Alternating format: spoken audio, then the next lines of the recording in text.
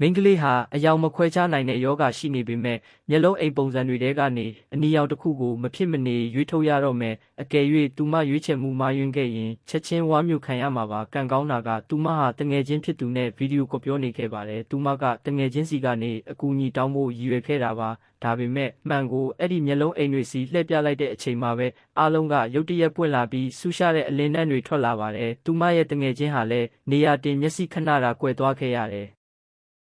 ပိုဆိုးတာကမိစ္ဆာကောင်ရဲ့အသိစိတ်ဟာနိုးထလာခဲ့ပါပြီတငယ်ချင်းဖြစ်သူကအန္တရာယ်ကြီးလာတာမို့ထွက်ပြေးဖို့ဖုန်းထဲကနေအသေးအတန်အော်ဟစ်ပြောနေပေမဲ့မိန်းကလေးကတော့ထွက်မသွားပဲညှင်းဆန်ခဲ့ပါတယ်သူမရဲ့တငယ်ချင်းဟာအသက်ရှင်ဖို့အတွက်အစိတ်ဖြည့်ဆေးကိုစောင့်မျှော်နေတာကိုသတိရသွားလို့ပါနေရန်ပေါ်ကမျက်လုံးအိမ်တွေကိုစိုက်ကြည့်ရင်မိန်းကလေးဟာထက်မြက်တဲ့အစီအစဉ်တစ်ခုရသွားခဲ့ပါတယ်သူမဟာအခွင့်အရေးရအောင်တမင်တကာတိုက်ခိုက်လိုက်ပြီးမျက်လုံးအိမ်တွေရဲ့တုံ့ပြန်ပုံကိုစောင့်ကြည့်ခဲ့တယ်တေချာပေါက်ပါပဲ